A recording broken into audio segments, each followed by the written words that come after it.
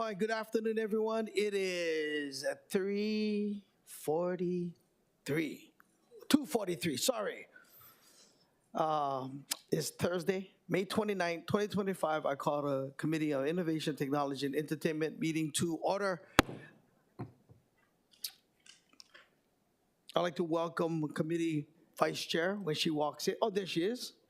Councilmember Tupola. I want to welcome Councilmember Kiaina, Councilmember Cordero, Councilmember Okimoto, and Councilmember Nishimoto. All right. Pursuant to Section 92-3.7 Hawaii Revised Statutes, this meeting will be conducted as a remote meeting by interactive conference technology with the following procedures in effect for the meeting. Members of the public will be allowed to provide oral testimony on all items on the agenda in person in the council chamber and remotely when each agenda item is taken up. As both English and Hawaiian are official languages of the state of Hawaii, pursuant to Article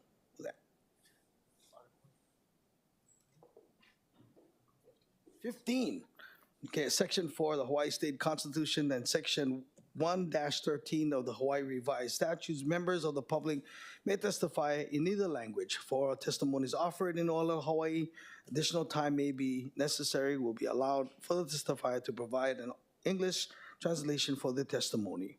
Before testifying, each person shall state the name. Each speaker may not have anyone else read their statement and is limited to 1 minute presentation on each of the item. All persons who have registered to testify in person will be called upon first. When the timer goes off, please conclude your remarks promptly. Persons who have not registered will be given an opportunity to testify following the registered testifiers. Once in-person testimony has concluded, I will proceed to remote testimony. All persons who have registered to testify remotely by video conference or telephone will then be called upon. When your name is called, please monitor your screen and activate your audio feed when prompted. For persons who are testifying by telephone only, I will identify you by the last 3 digits of your phone number. When your number is called, please listen for the prompt to unmute and press *6. When I call for anyone else standing by remotely, please utilize the Zoom raise hand button to indicate your desire to speak. For those joining us by telephone only, please press *9 to indicate your desire to speak. Some friendly reminders and tips: video conference from a quiet location if possible. If you're watching the proceedings on Olelo, please mute your television when you're called to testify. When the timer on the screen reaches 0, please conclude your remarks promptly. HR Section 92-3.7 requires that all votes at remote meetings be conducted by roll call unless unanimous. Therefore, I will first call for objections, and if there are any, I will call for a roll call vote. Written testimonies include testifier's email address and phone number will be available to the public as described on the posted agenda. As a courtesy, please turn off all cell phones for the duration of this meeting. We have a full schedule, and my desire is to keep you here till 7 o'clock. All right, let's rock and roll, people. Item number 1, Resolution 25-161, accepting the gift of registration fees valued at $3,000 from the International Association of Venue Managers Region 7 Scholarship Program for a staff member of Department of Enterprise Services to attend the 2025 Annual Venue Management School Year 1 in Palm Springs, California, June 7 to the 12th, 2025, and from the Administration Director Dita Hollyfield.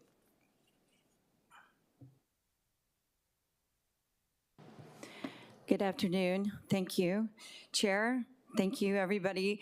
I'm so excited to be here today to accept this scholarship because one of the things, Dita Hollyfield, for the record, Director of Enterprise Services, we are trying to foster the next generation of not only promoters for the city and county to enhance and bring better entertainment to the city, but to also sow into our next generation of members of DES, and especially in the auditorium division, it's a specialty job. And so we look forward to sending one of our people to learn more about lights, sound, how to buy, how to understand how to make it more safe, and to help attract a lot better acts coming to the city and county. So thank you so much for the opportunity of sending one of our superstars, our future superstars, to Palm Springs for this opportunity to learn.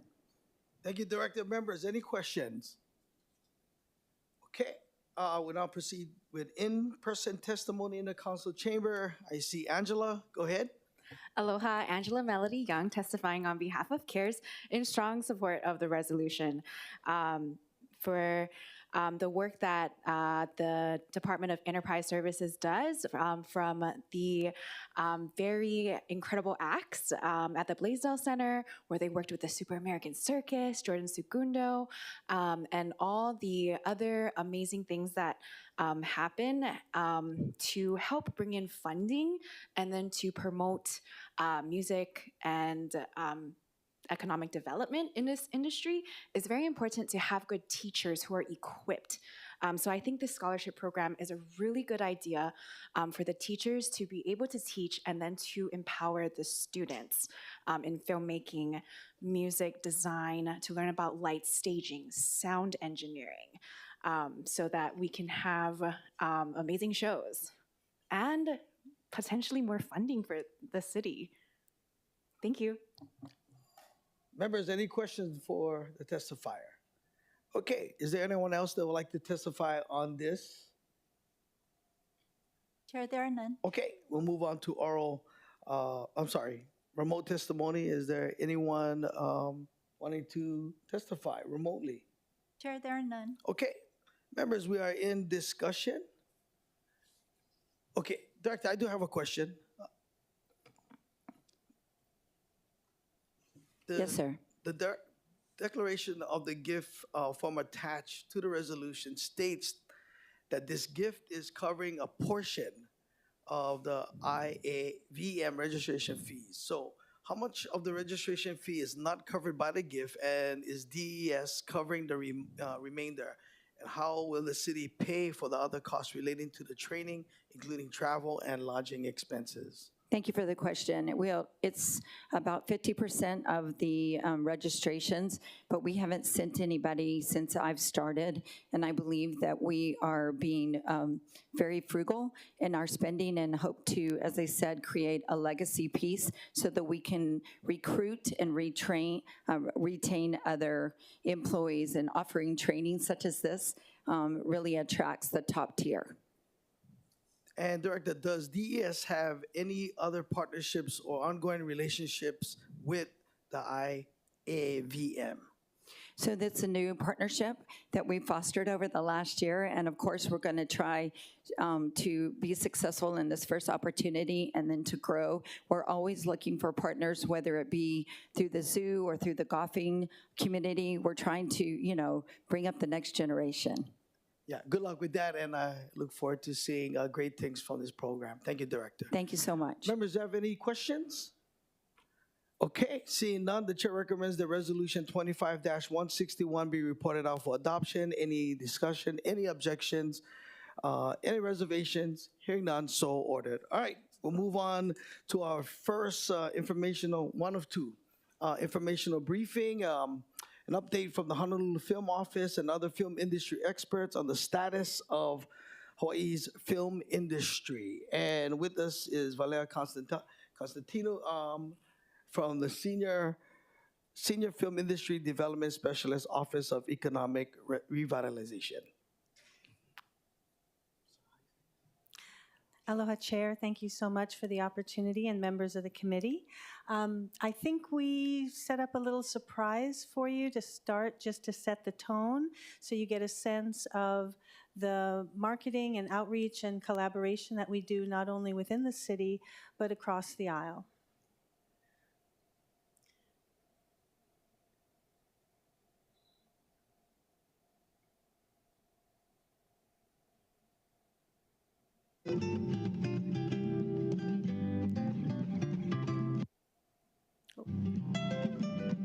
Cued back from the beginning.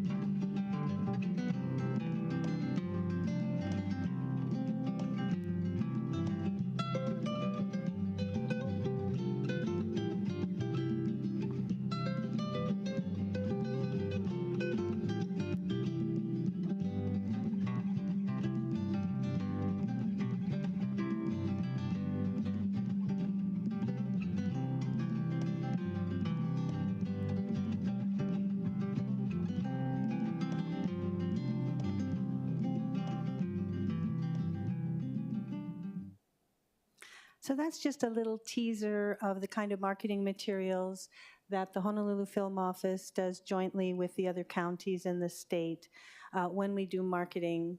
And that particular piece was generated for the American film market last year. I think now we have a PowerPoint presentation, and we might need a little help to get that set up over here. Apologies for a bit of the tech.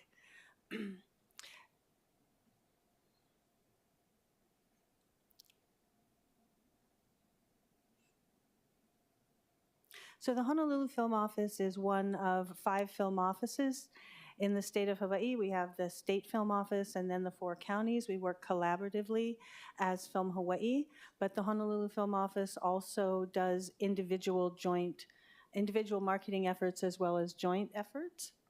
So in just a minute, we'll kind of give you a baseline start about, because I haven't had a chance to talk to everyone here about the film office in general, and then where the industry is right now and where we're going with things. So, next.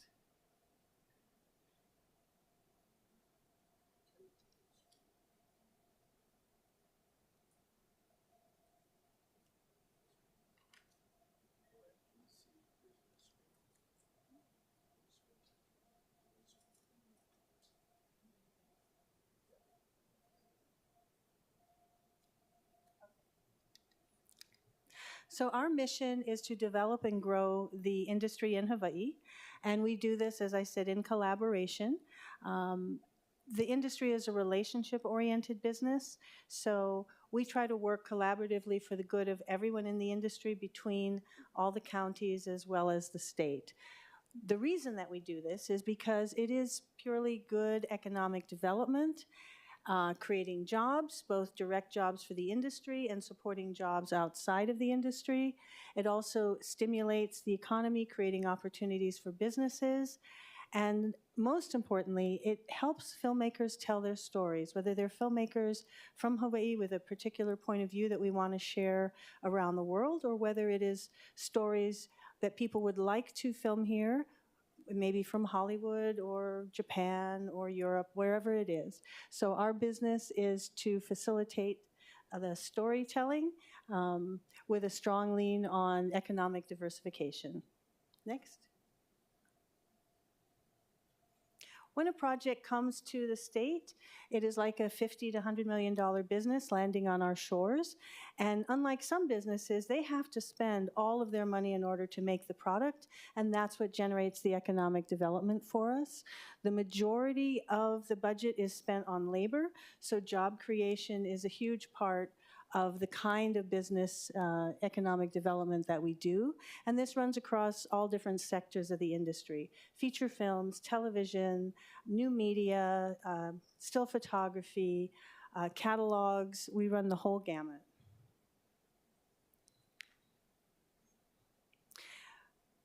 One of the things people may not realize about the industry is that it is absolutely catalytic.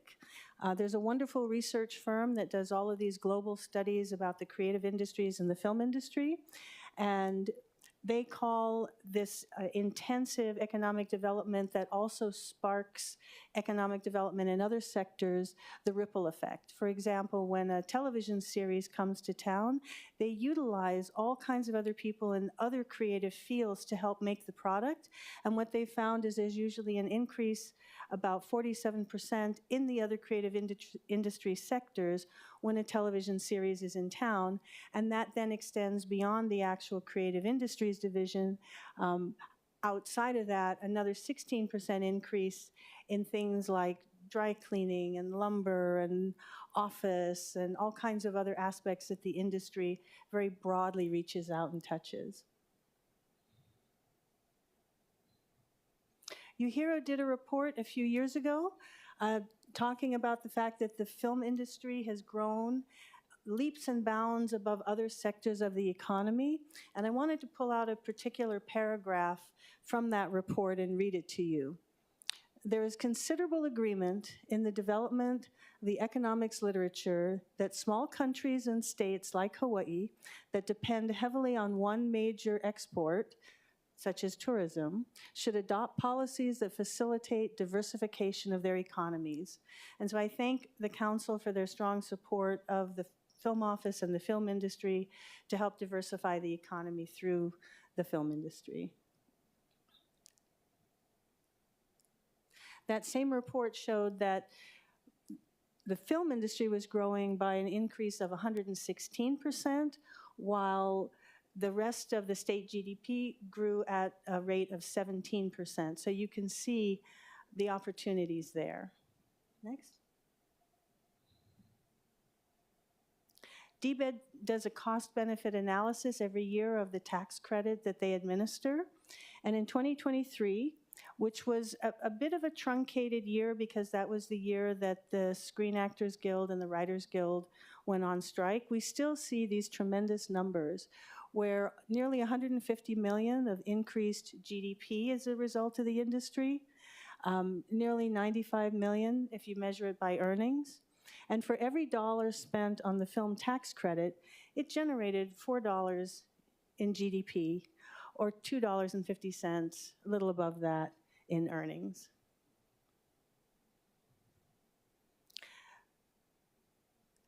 These are a couple of case studies just to give you some specific numbers for specific productions.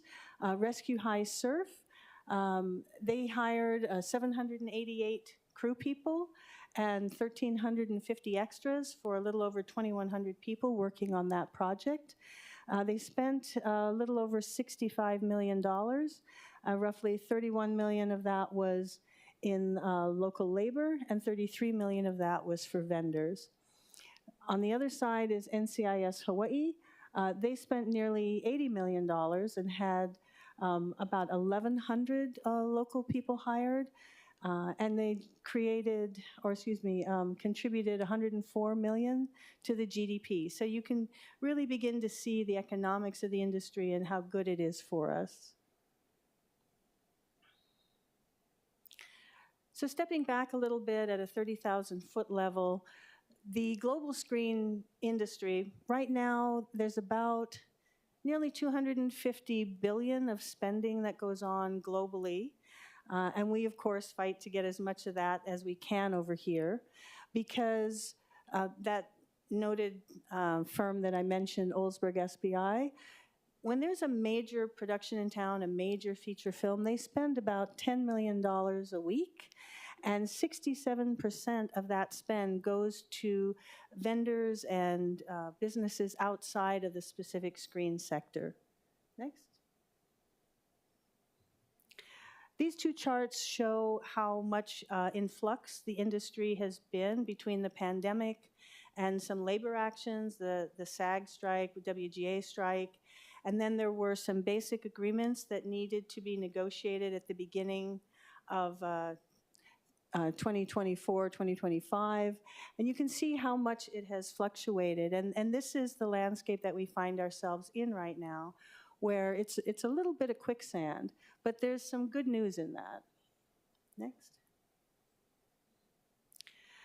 So I found it interesting that Ireland and their statement of where they are right now is about 349 million of spend in their country, and Australia is about 506 million. And post-pandemic, we've been doing around $400 million a year, give or take. That's a very round number. So you can see that when people say, can we compete on an international level, can we compete on a global level, we absolutely can. Our crew is top-notch, our locations are world-class. We can absolutely compete on an international level. But as I said, it's pretty fluid right now between the general volatility of what's happened in the industry because of the different labor actions, talks of tariffs. You know, all of these things have created a very fluid landscape. And all of this happened at the same time that our legislative session was going on, where the validity of our credit and the future of our credit was being talked about. Next. But we have opportunities because over the next 18 to 24 months, Hawaii is going to be in the global spotlight in such a strong way. As you've probably already seen, the premiere of Lilo and Stitch has broken all kinds of box office records.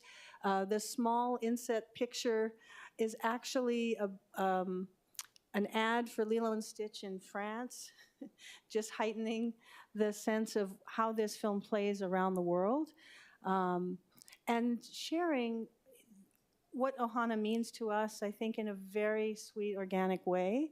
One of the more important series that's going to come out in August that Apple TV is doing is called Chief of War. That series is entirely about us, entirely about our history.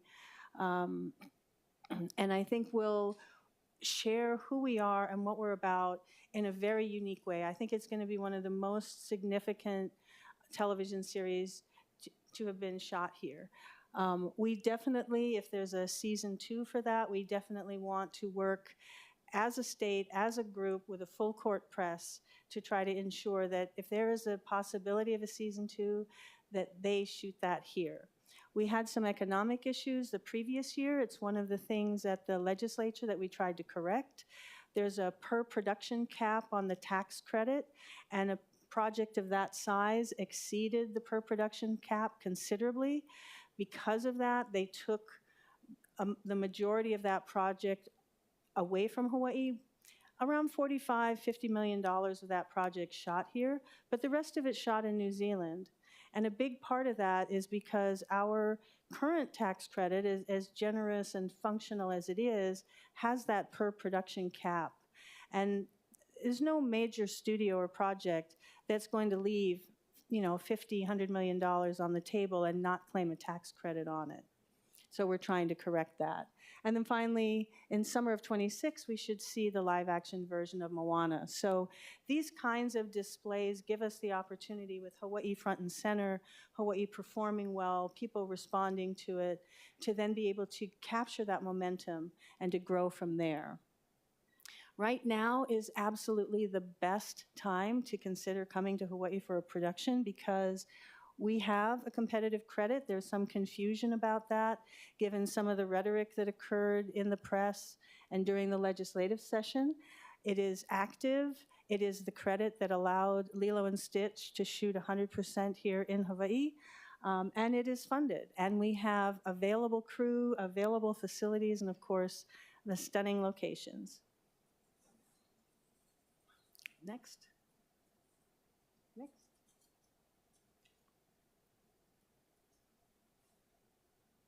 Next, please.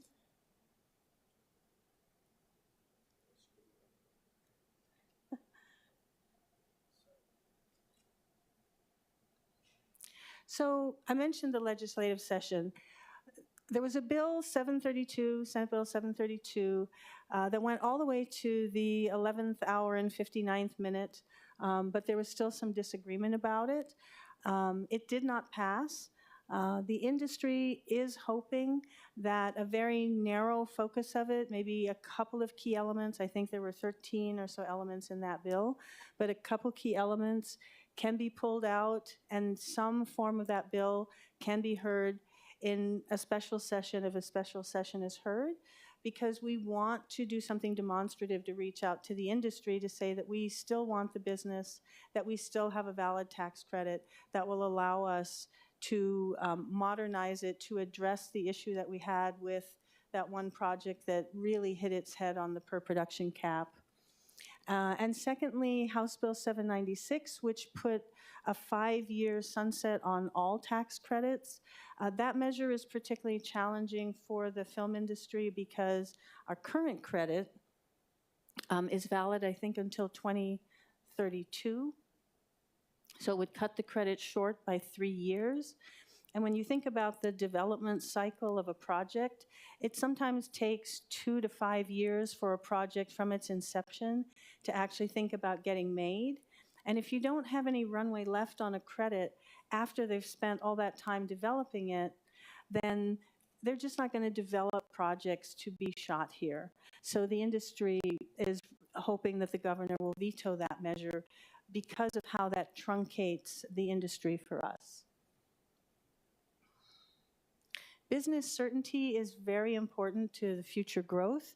And that's what the Honolulu Film Office and a number of stakeholders, including DBED and industry experts, are all working towards in a unified group as we move forward to try to modernize the credit and take the next steps to building the industry.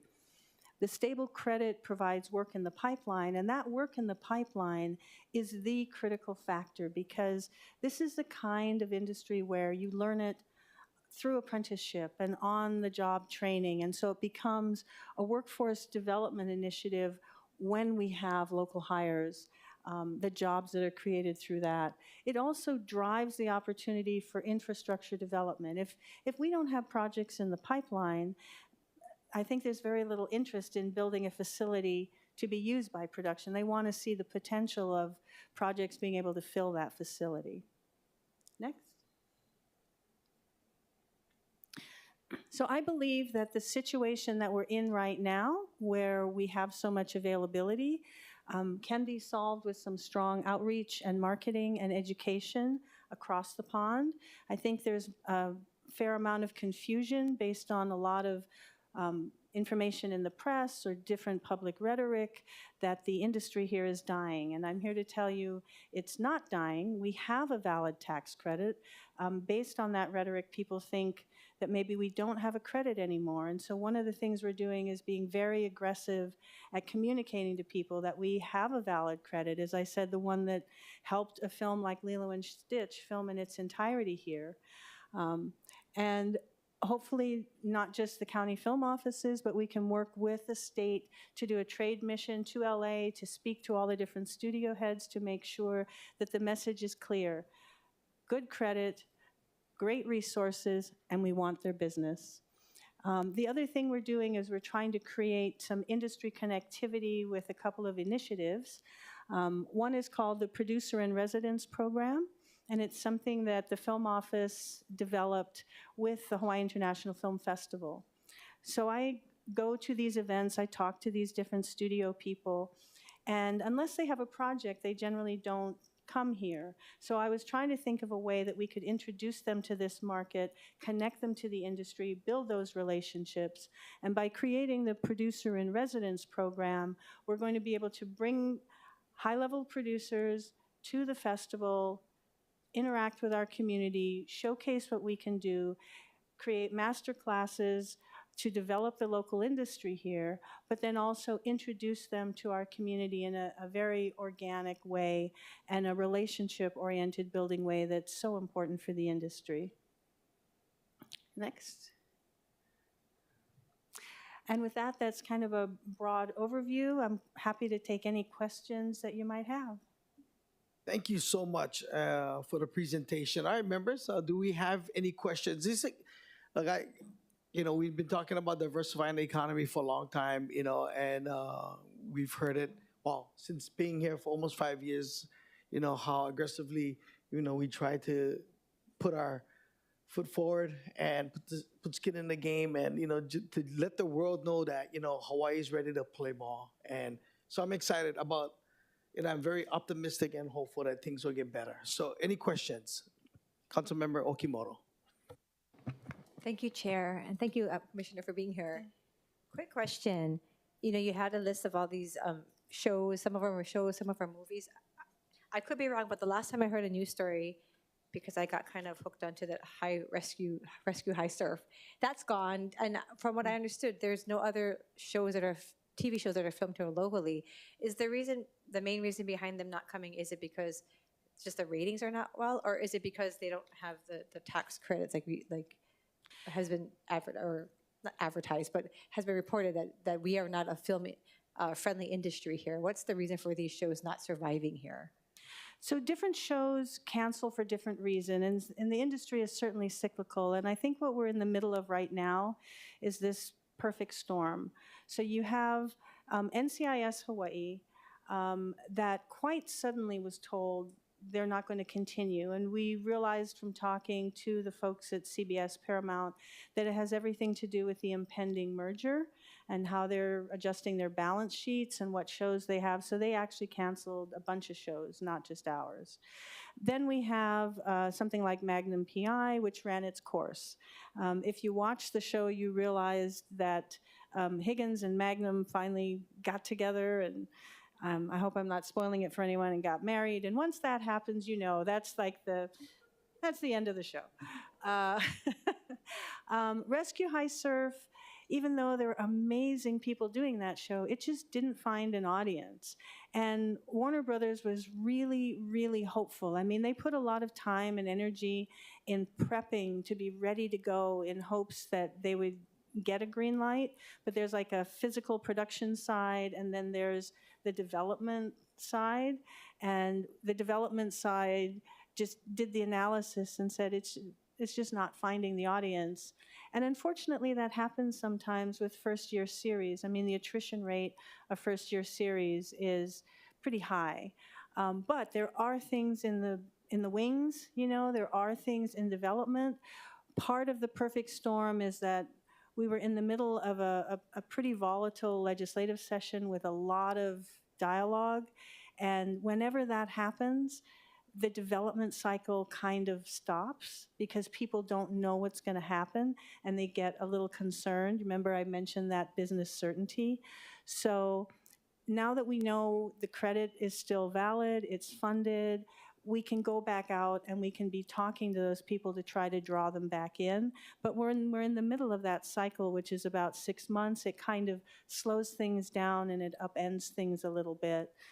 So I think that's why we're having a bit of a slowdown now. There were a couple of administrative things within the tax credit that was a legacy from the previous administration. I think this current state administration did a very good job in trying to correct those things to address some of those concerns.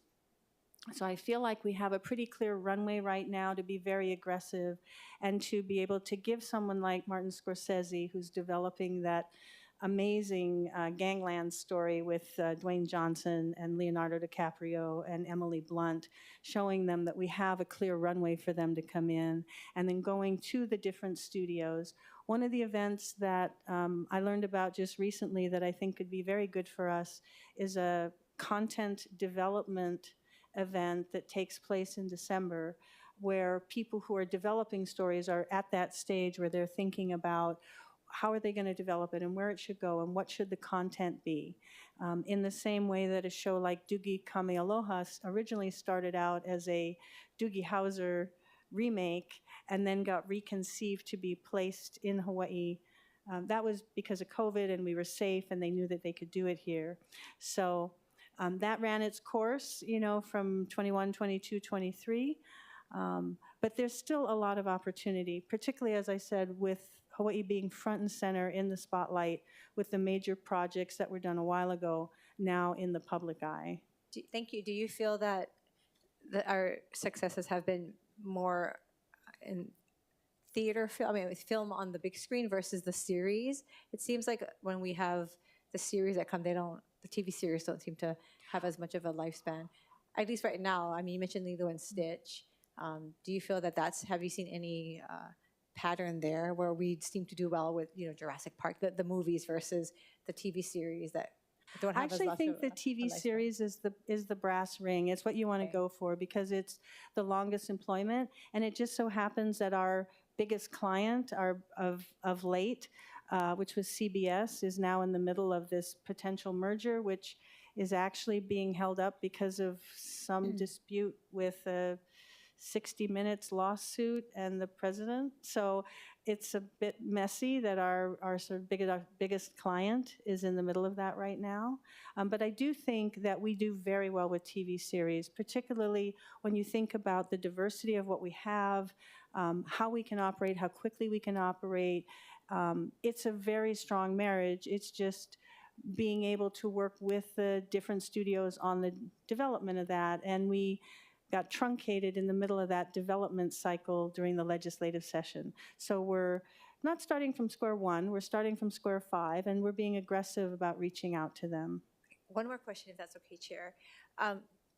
What is your relationship with, I know we're a city department here, but back when Councilmember Nishimoto and I were back at the legislature, we had a lot of funding into the West Oahu, that film, and I don't know what it's called, Scott. But I was there for the groundbreaking. Yeah, where we put a lot of money, media. How have we been in partnership with, those state entities? So we work actually collaboratively with whichever resources will help both the education of people as well as develop the industry. With regard to ACM, we really try to make sure that any project that is shooting here is aware of students, availability of students. I know the state has a really interesting program called the Good Jobs Program that helps to fund some of the internships for that. So we try to make sure that there's connectivity there. And of course, we work very closely, not only with DBED, but with the county offices.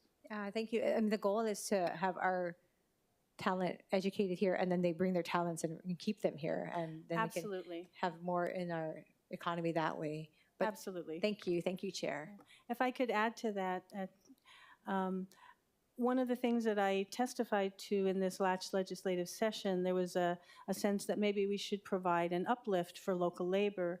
And thinking in that same vein and with the workforce development component, I had recommended that we consider it for a particular segment above the line, which are the top creative department heads, and then the keys, the first and second keys, that we incentivize productions to hire people into positions of greater authority so that we help to bring people in, but then help them move up as well. So it's sort of strategic thinking like that we work collaboratively with industry stakeholders and with DBED to try to achieve that. Councilmember Kiaina?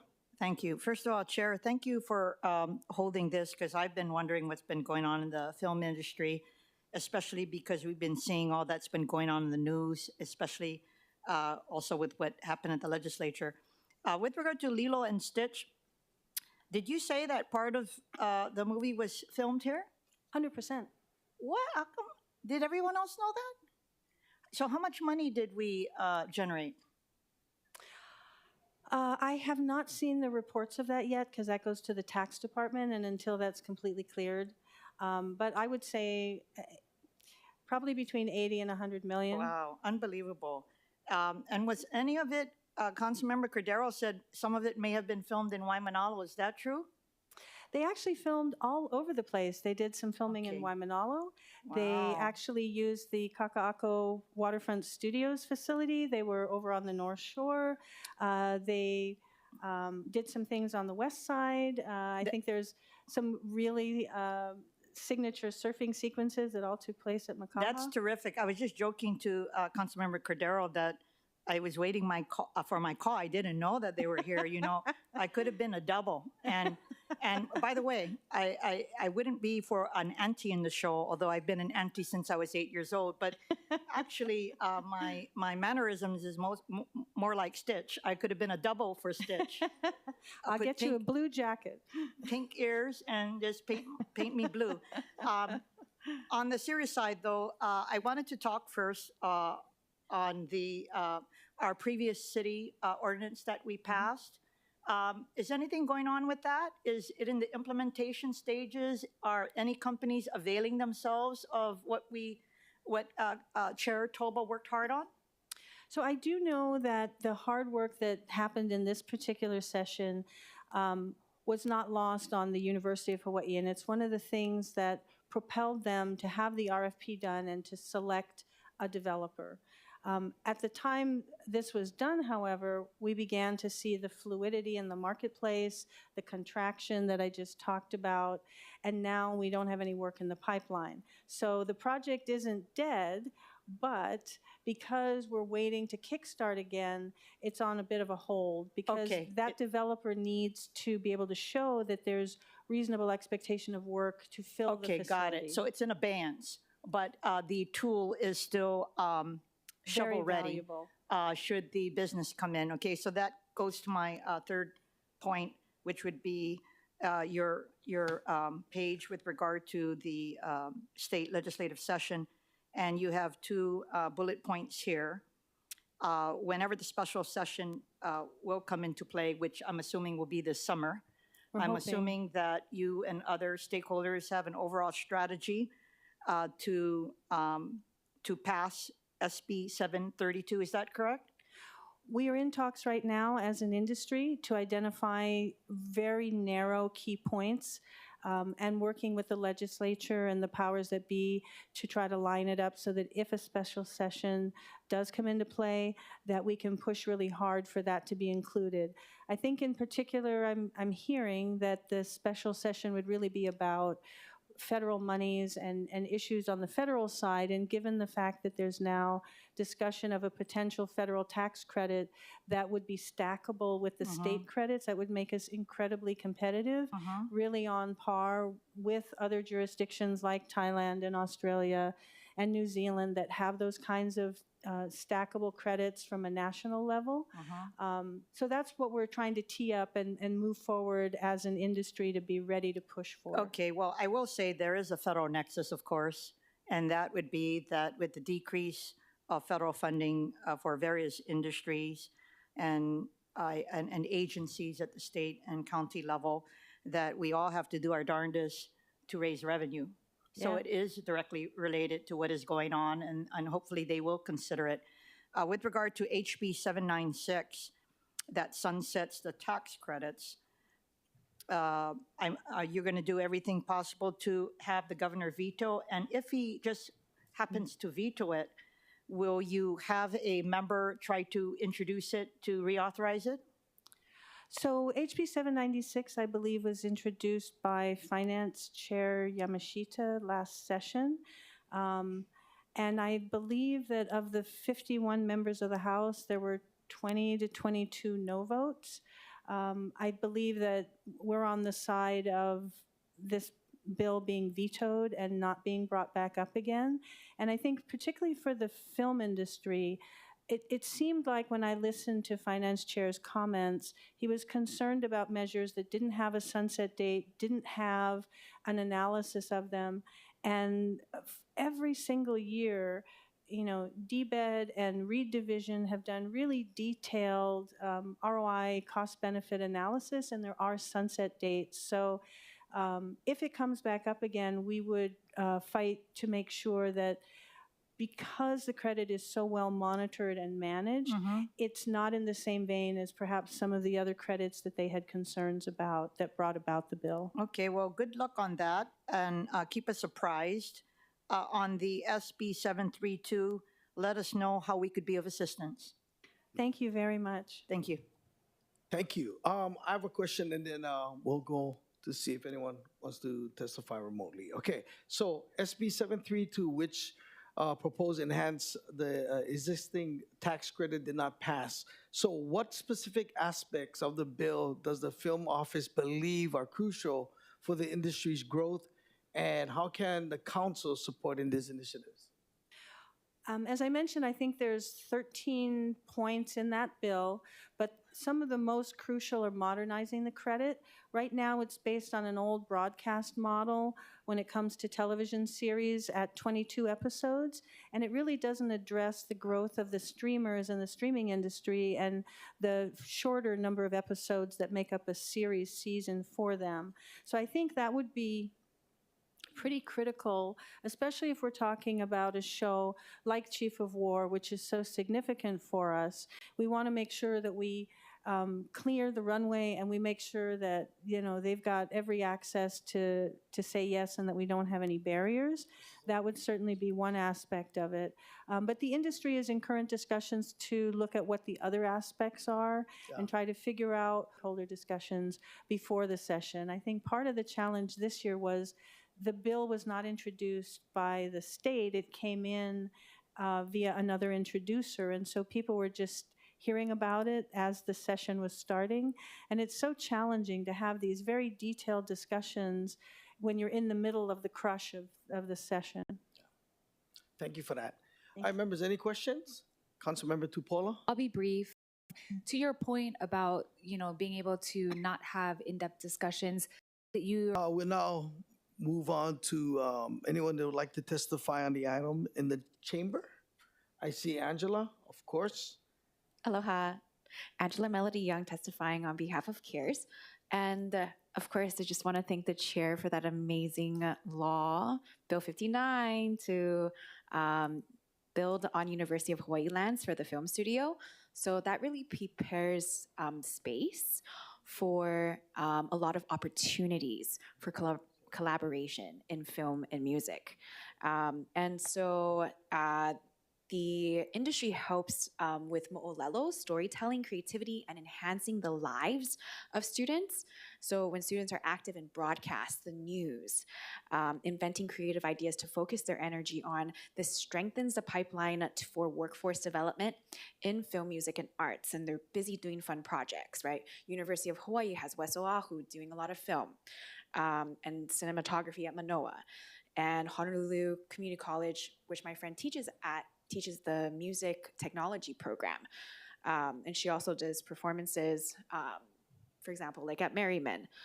Really amazing opportunities. And so I also testify for Senate Bill 732, and very quickly, the chair of finance said very specifically they'd like the county to provide a financial credit. Okay, thank you. Any questions for the testifier? All right, is there anyone else that would like to testify? Chair, there are none. All right, we'll move on to remote testimony. Is there anyone that want to testify remotely? Chair, there are none. All right, since there is no registered testifiers, thank you. Thank you for giving us that presentation. All right, members, we'll move on to the next item. Am I supposed to say anything? Are we in discussion? Are we guys good? Okay, perfect. All right, let's move on to our next presentation. Thank you so much. All right, item number 3, update from the Department of Information Technology on the status of technological resources for the public. And we have Stephen Courtney, Deputy Director of Department of Information and Technology, doing this presentation.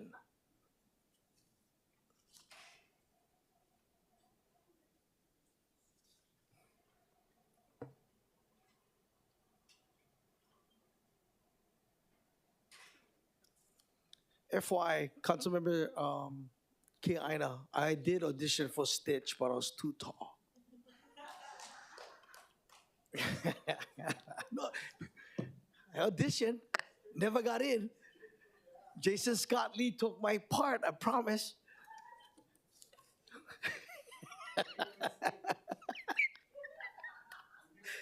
I know, dude. That's what happened. Okay, yeah, I think we're ready. Good afternoon, Chair Toba, Vice Chair Topola, and committee members. My name is Stephen Courtney, Deputy Director for the Department of Information Technology, and I really appreciate this opportunity to brief on information technology for use by the public.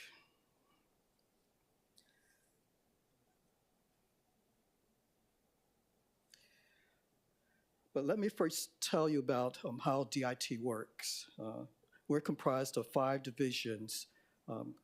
Communications and Network Division, which provides network switches, maintains our P25 radio network that's used by our first responders, as well as the design and engineering of our city surveillance cameras.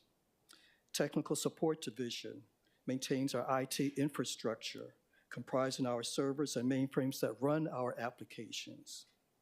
Operations Division maintains our data center and provides help desk support. Enterprise Resource Planning and Computer Support Representative Division maintains the system that runs our financial, budgeting, human resources, training for the city. The CSRs, or also known as our computer support representatives, are the ones that are deployed to the city departments. And finally, our Applications Division. They provide the software applications and tools that are used by the city departments, but also for our citizens and the businesses on Oahu. it has that public-facing side to it. I would like to focus on just 3 of those software tools today, being our H&L Pay, mobile driver's license, and our chatbot. H&L Pay, it's basically a payment platform. H&L Pay is designed to be a centralized facility for the payment of city services and fees. It simplifies the implementation of electronic interfaces with the city ERP system and accounts for public payers. It is a secure and standardized application programming interface, also known as API, that reduces the programming effort to add payments to any software application. So think of an API as a piece of software code that we can reuse over and over again, rather than having to, every time we want to add this payment service, would have to always develop new code. But in this fashion, it's just another piece of code that we can just reuse over and over again. So it offers our residents the convenience of making admission and fee payments online. It also increases the city's revenue and enhances accountability. It runs over 18,000 transactions per month and increasing as more city departments utilize the service. The Project Management Institute Hawaii awarded it first runner-up for 2024 Project of the Year.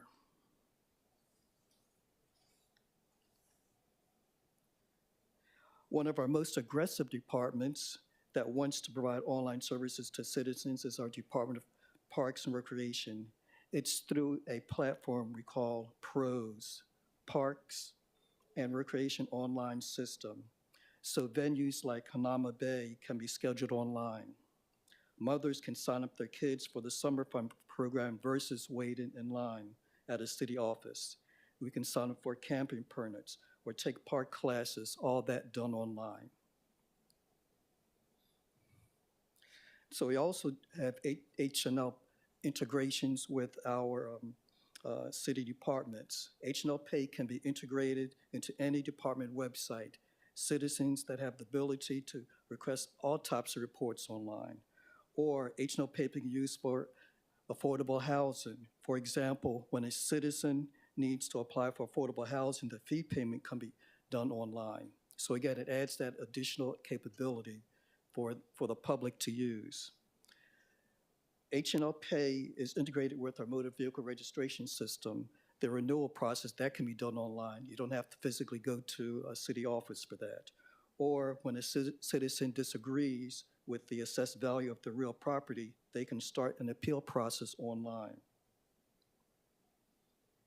Mobile driver's license. Think of that as a digital representation of a physical driver's license, which is stored on an iPhone. And unfortunately, right now, it's only for the iPhone. We don't have it for the Android phone just yet. Our applications team worked with TSA, HDOT, and Apple to deploy this application this past August. Over 37,000 Hawaii citizens have a mobile driver's license today. For now, it could only be used at TSA checkpoints, at airports here and on the mainland. And just one other thing I'd like to add to this in regards to driver's license motor vehicle. Honolulu is the only city in the country which provides this application for the whole state. We don't get any funding other than for the staffing, but that actual processing is done with our computers in our data center, and we do not get any other funding for that. So that's all borne within our operating budget. But again, that's just another fact in regards to how it works. Chatbots. You've probably seen other chatbots all over the place, but of all the web pages that the city deploys, driver's license and motor vehicle registration gets the most hits of any of the city sites. DOT has provided this capability going back to 2021 to help citizens navigate through the driver's license and motor vehicle registration web pages. But what is new this year is that we're now powering it with generative AI, which is very unique, actually, among a lot of others from other states. it learned from the hundreds of CST web pages on driver's license and motor vehicle registration to respond with a more human-like perspective. But in order to provide these online services, we build in information security. When you provide your credit card for an online transaction in H&L Pay, it's encrypted. Our mobile driver's license application handles all the transactions in a secure manner.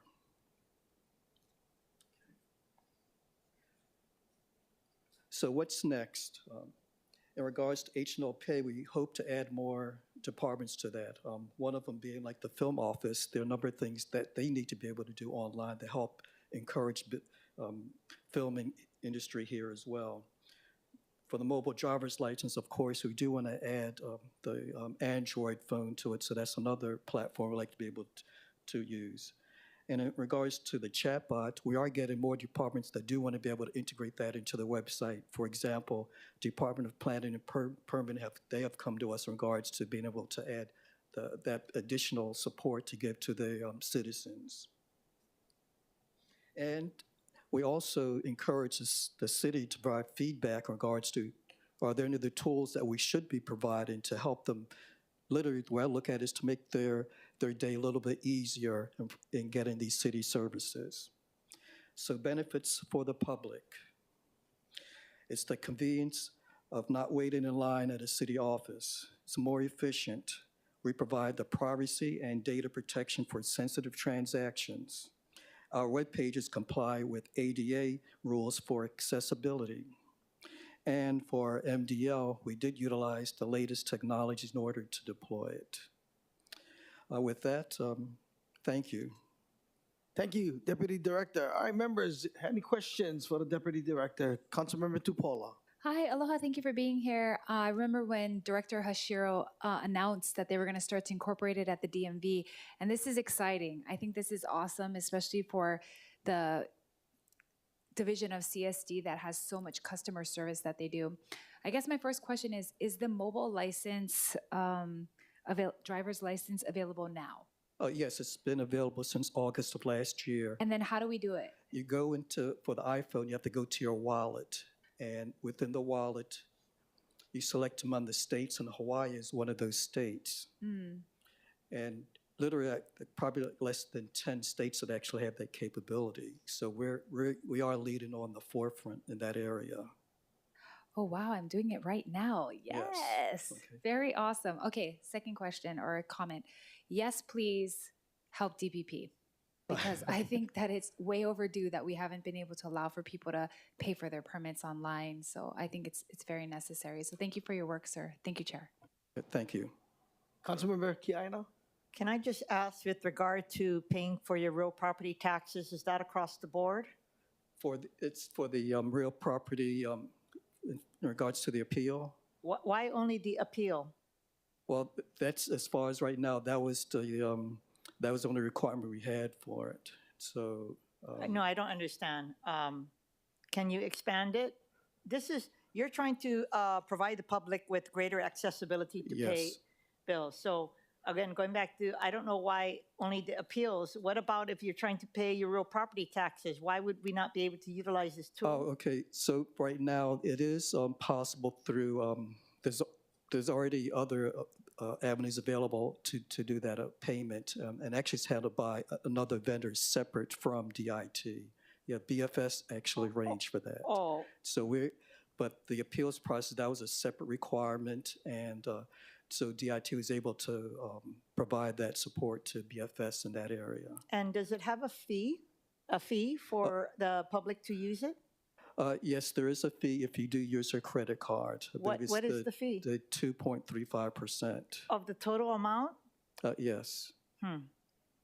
That's problematic for a lot of people, depending on the dollar amount. Yes, but, and again, it is, right now, it's just for the credit cards for the most part, but it can be also utilized for like your e-checks, and e-checks, and there's some other yes, other vehicles, but we have to get approval from BFS in order to provide Got these it. other areas. I'd like to follow up with that. because even when we pay for other things, including our maintenance fees for units and stuff, they have different tiers. Do you charge differently for if you're using a debit card, credit card, or taking it out of your checking account? Are there different tiers of fees? No, right now it's just that one fee. Oh, that's not good. And the only reason I'm saying this is, sometimes it disincentivizes people when they know that they're getting, if their fee is large, they're going to have to pay a percentage of that. Why couldn't it just be a solid $3, for example? You know what I'm saying? Okay. It's just that if you're going to be offering something to the public to make it easier, I don't believe our intent is to try to make money off of them. And when you're setting a percentage based on the overall cost of what they're paying, you are. Because the processing for any amount should be the same. But anyway, thank you for your presentation. Yeah, no, thank you. Thank you. Great question.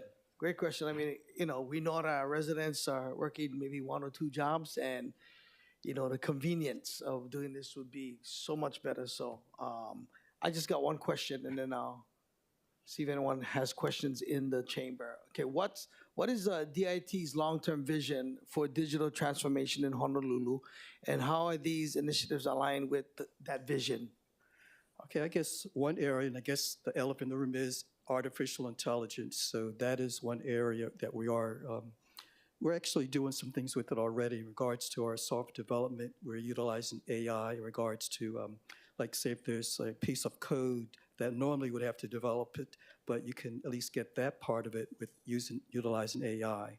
We also have actually it's in test right now. We actually have within our data center, we have a AI box down there, and we're actually utilizing it for like a knowledge sort of capability. So being able to ask it questions, and for example, within a particular department, a lot of information's on web pages, and we can make it a little bit easier as far as asking it questions and how to do things. And again, that right now, it's in test right now. I guess a couple of departments are utilizing it today. Awesome. Thank you. All right. Let's see. Is there anyone here that would like to testify in the council chamber? And I see the peacock dress. All right. Go ahead, Angela. Thank you, Chair Angela Melody Young, testifying on behalf of CARES. So the Department of Information Technology update was very informational. Thank you for scheduling it, Augie. I think a lot of the things today for this committee is really amazing. And to hear some of the internal processes that are going on is very necessary for the community then to do kind of like the bottom level work. And when the committees know what to schedule and what's needed and necessary to provide the communication to create effective legislation, then it's really amazing cooperation. And also, I think DIT can have really fun ideas with modernizing the technology. I'm learning from my friend from high school, one of my classmates, Joshua Prager, Princeton, also from Princeton. So that's an amazing office. Thank you so much for your work, Chair. All right, thank you. Director. Any questions for the testifier? All right, we'll move on to remote testimony. Is there anyone? Chair, there are none. All right, okay. Members, we are in discussion. If there's any, Councilmember Tupolo? Yeah, just a quick announcement at the appropriate time. Okay. All right, happy birthday, Augie. Let's sing to him. It's been a long day, so let's make this song fast. Happy birthday to you. Woo! Happy birthday to you. Woo! Happy birthday, dear Augie. Happy birthday to you. Thank you. Thank you so much. All right. Okay. Thank you. Thank you, everybody. All right, members. Mahalo for attending and participating in today's meeting. There being no further business, this meeting is adjourned. Thank you. We're all set.